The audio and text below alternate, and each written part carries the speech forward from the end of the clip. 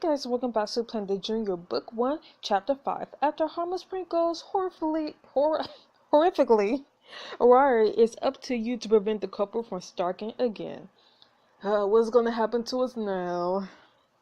Chapter 5. Somebody that I used to know. You wake up with a dry mouth and a pounding headache. You're in Nathan's bedroom. In Alpha Theta house. At the horrifying events of last night, he offered you his room when you felt too shaken. I honestly forgot what happened. Oh yeah, Bew, he messed up everything. Painful memories rush back to the club. Claire and the prank gone horribly wrong. I would have smacked Bew. Oh no. Sitting up in bed, you reach for your phone on the nightstand. Your screen is stacked with texts from James wondering where you are. I forgot to text him all night. He must be worried, sick, F him. You quickly type out a brief message telling him that you're alright. As you think about what else to write, your phone chimes with another incoming text. Hey Luna, sorry I know it's early. It's fine, what's up? This is going to sound completely random, but Claire got a haircut last night. By haircut, I mean she literally cut off all her hair. So I'm just warning people not to act shocked. And if you could tell her today how good she looks, she could wear a wig. I mean, tell her to wear a wig. It was just supposed to be a silly prank, and it was never supposed to go that far. It's Bew's fault. I'ma ask how Claire looks. If Claire's okay, if Claire said anything, that might be suspicious. I'ma ask if she's okay. Gee, is she okay? Sure. She made a pretty big change really suddenly, so she might still be a bit fragile. Positive reinforcement would mean a lot. Tell her she looks nice, give her a few likes on Pictogram, anything would help. Honestly though, I'm gonna tell you this because you and your friends helped me out so much last year. But I don't want this getting around, okay? Horse. Claire's put on a brave face, but her style change wasn't exactly planned. Don't know what happened. Heard her crying in the bathroom last night. Her parents flew in the famous NYC stylist at 4 in the morning. Dang. Maybe her new Swedish root serum reacted with her maple oil conditioner from Quebec. I'm so sorry. Why, it's not your fault. Claire's got all her capacitors behind her. I'm sorry it happened. In a few months, she'll laugh about that. I hope. She doesn't seem the type to really laugh about anything. But for now, be super nice to her if you see her, okay? I will. It's Bew's fault. I'm not gonna say it's our fault. Claire's lucky to have you as Kappa president this year. Madison was a good teacher, but thanks. Sitting up in bed, you blink back tears as cold, heavy guilt squirms in your gut. It was Bew's fault, though. Poor Claire.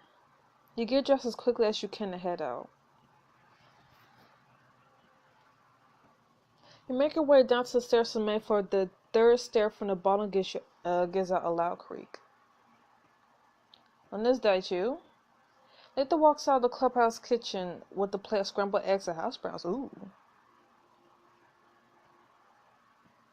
I didn't realize you'd be up.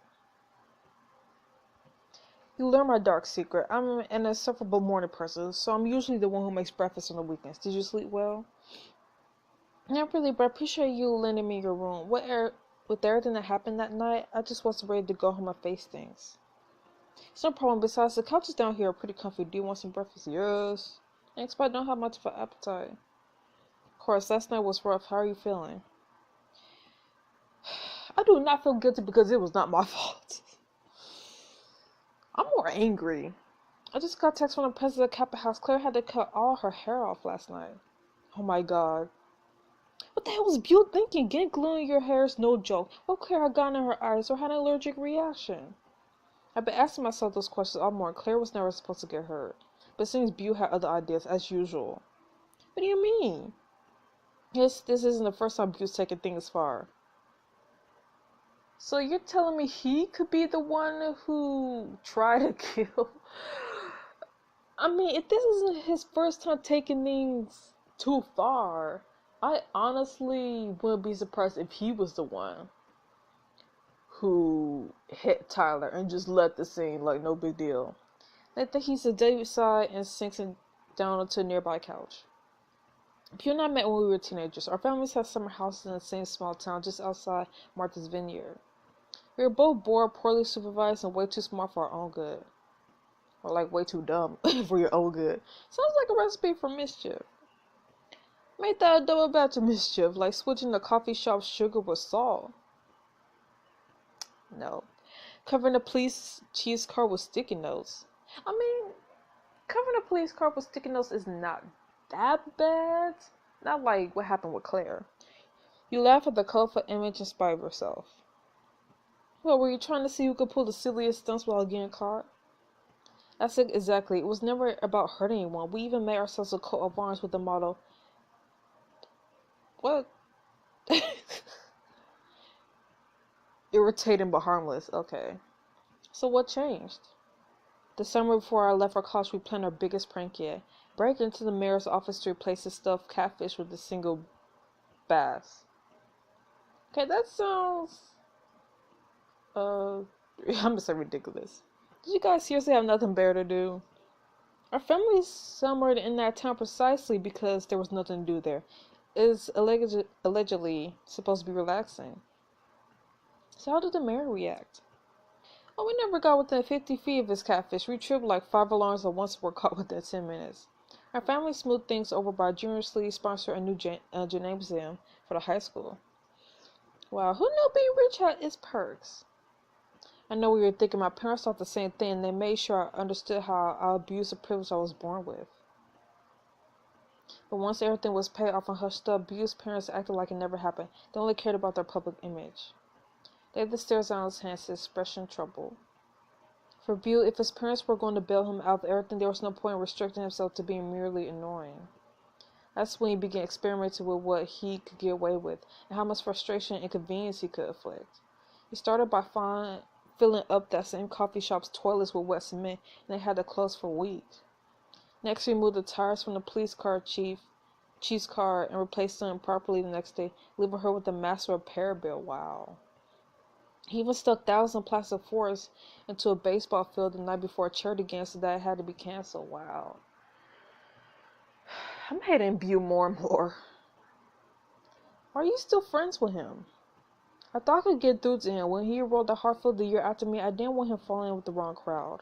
By inviting him to join the office, I thought I could show him a better way to challenge himself, a way that could help people. Nathan, I'm not going to say he enabled him. I mean, in the beginning, he did go along with it, but I don't know, I'm going to say this. He gave him an honest chance, but Bew's decisions are his own. I guess I could lead a horse to water, but I can't make him less of a jerk. The thing is, he really turned himself around when he first joined the Alphas. He opened up, made better friends, participated in events. He's amazing at planning parties. Did you know that?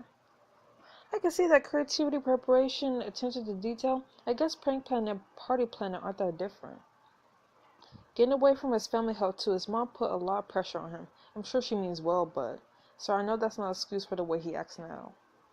I understand it can be frustrating to watch someone behave at their worst when you see how good they could be at their best. This year, though, he's been different, angrier, more secretive. I think something happened over the summer, but he won't talk to me. Even worse, I started noticing a familiar pattern with some of the vandalism that's been happening on campus lately. Wait, you think that could be Bew? Why haven't you come forward about this? I didn't have any proof stronger than coincidence. What if I was wrong? What if I turned on the front for no reason? But after last night, seeing how gleeful he was about the glue, it's clear he's fallen back into his old habits. Nathan runs his hand through his hair, and his confident facade crumbles completely. I just don't know what to do. A lot of the younger alphas look up to Bew. What if they start following his example? I worked really hard to make Alpha Theta Mu a welcoming, beneficial group. I don't want it to be known as the evil, entitled, rich kid frat. The school has resources to report troublemakers. Chris and I did that last year when one of his teammates started harassing our friends. I'm guessing the school didn't just take you at your word. Well, no, we had copies of the guy's text plus witness statements from several people. Exactly, you were backed up by a hard-proof and reliable testimony. With Bew's family calling the Han family image conscious, putting it mildly. They're not both throwing their money around to keep their name clean. But you live with the guy, you know him personally. Can't you dig up something on him? That living together thing goes both ways. We know each other too well. He'll figure out the minute I made a move. Right now, he just goes behind my back, but if he feels he's being betrayed, he might do something worse. Maybe I could help. I could do a little snooping and see if I can find any evidence of what he's done. Luna, I can't ask you to do that. It's not my problem, not yours. Please, I want to help, and I have plenty of investigative experience from working for the newspaper. And if I find any evidence, I can keep it in my apartment. He's never had to know you're involved. Besides, well, I want to say both options. I don't say this. You and the Alphas came through for Tyler, and you didn't even know him. Without your matchmaker, Osaka Rain would still be looking for a drummer. And I haven't even mentioned how amazing you and Cassidy were to me yesterday. Honestly, it's the least I could do. We didn't do all those things because we wanted to be thanked. Alpha Theta Mu just wanted to make Hartfeld a great place for everyone. I want that too. That's why I'm going to make sure Buell doesn't ruin everything the Alphas have accomplished. Nathan sighs. I'm sorry I didn't come forward about Buell sooner. I thought I could handle this by myself. I was wrong.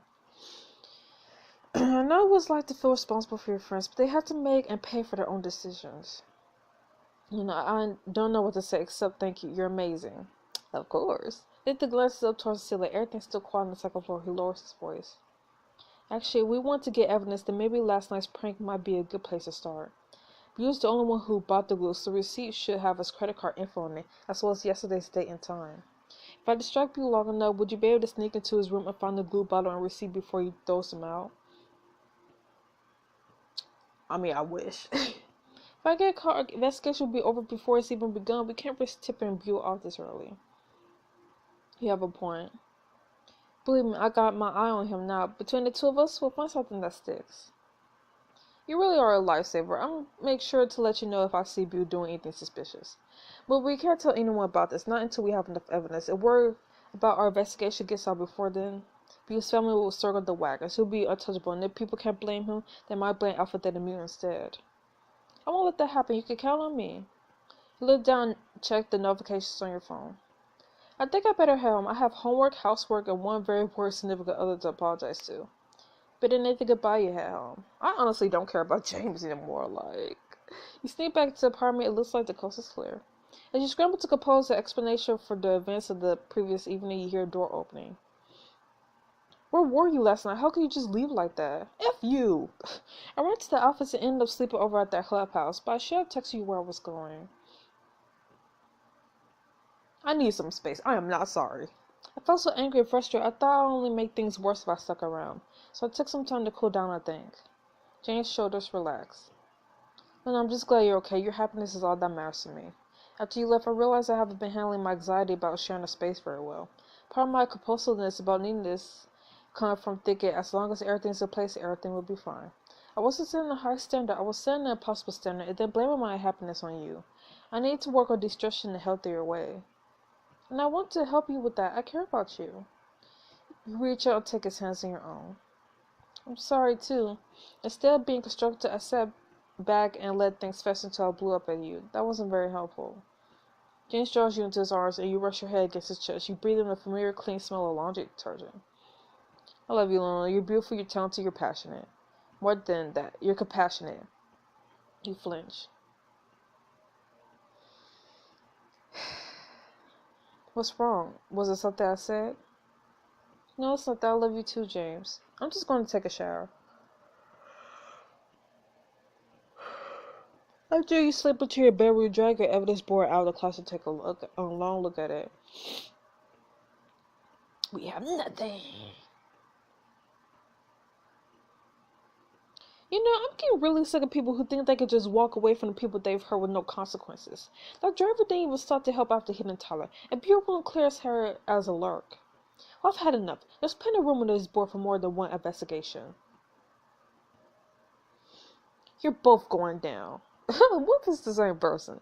You clearly shoved the evidence board back in the closet behind the rows of outfits. Sorry, boy, but Nathan and the Alphas are depending on me to keep this investigation off the books. As you dust it off your hands, your phone rings. It's Tyler. Hey, Luna, is this a good time? It's as good a time as any. Hard things. Busy. I'm burning my way through this monster campsite project. Plus, Sebastian's birthday coming up. Ugh. So soon? He hasn't never mentioned anything. Only found out by accident when he entered his birthday to let us watch the new R-rated trailer for Murder Motel 5 on his computer. He's never had a birthday party. It kills me that he's never had a birthday party. Yeah, Papa Delacroix is a real piece of work. Well, I'd like to change that. I was thinking of making a special birthday surprise for Sebastian, and I could really use your help. Okay, I'm intrigued. Where are you planning? I can't just tell you. We'll ruin the surprise. But how can I help if I don't know how I'm helping? Can't you even give me a hint? You have to trust me on this one. Come on, Luna. Let's get Sebastian a birthday to remember. I want to do it. I'm sorry, Tyler. I'd like to, but my schedule's kind of insane right now. No worries. I get that this is kind of last minute. Thanks anyhow. Good luck with your project. Tell Sebastian happy birthday from me. Will do.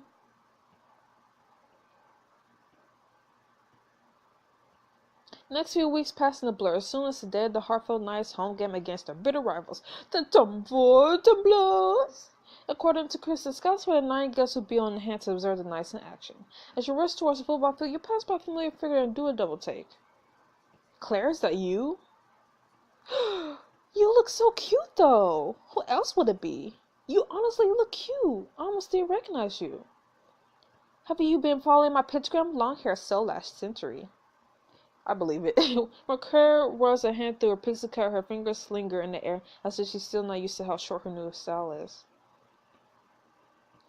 I love the new look. It's adorable, really. Yeah, I just looked in the mirror one night and realized I had to cut it. All of it. Funny how that works, isn't it? Ugh. Clearly using it to your practically nose to nose. Are you trying to kiss me? I may not have proof, but I knew it. I told you that she would know it was us. But I know it was you behind that loose stuff with the glue. He must think I'm pretty stupid. Claire, I didn't mean to. Spare me the dramatics. You may have everyone else convinced your Hartfield's guardian angel, but now I know who the real Luna is. It's not like that. Just know you'll never be head witch in charge with the alphas. You're just another one of their flying monkeys. Before you have a chance to respond, she turns her heels and march away. Checking you continue on your way to Hartfeld Field, where you can hear people cheering. However, you soon realize it's not cheering but shouting. You spot someone running towards you, Zach, his Hartfeld Knight's pennant flapping limply in his hand. Zach, what's going on? We're fourth. It's all fourth. What does that mean? What? Someone vandalized the entire football field with 4 O's. It was Bew, because he's done this before. There's no way anyone could play on it now. Dang. I want to smack Bew so hard that he travels to Mars. And then he dies from lack of oxygen. Oh. What do you mean who vandalized? It was Bew. We talked to Nathan about this and he told us he's done this before. And what would this mean for Chris and the team? Find out next time. Oh, I'm so pissed. Oh, I hate Bew so much. So much. I want to smack him. I want to kick him. I want to stab him with all these forks. I literally want to stab him with all these forks. And then the whole Claire thing, like, Claire, I'm sorry. We're going to find proof that Bew did it. Yada, yada, yada. Not worried about you right now. You still look cute with that pixie cut, though. And James, I don't give a flipping bird about you. I wish we would break up right now. I'm tired of you. I just want to be roommates with Zach instead. Anyways, I'll see you guys next week with the next chapter of The Junior. Stay frosty. Bye-bye.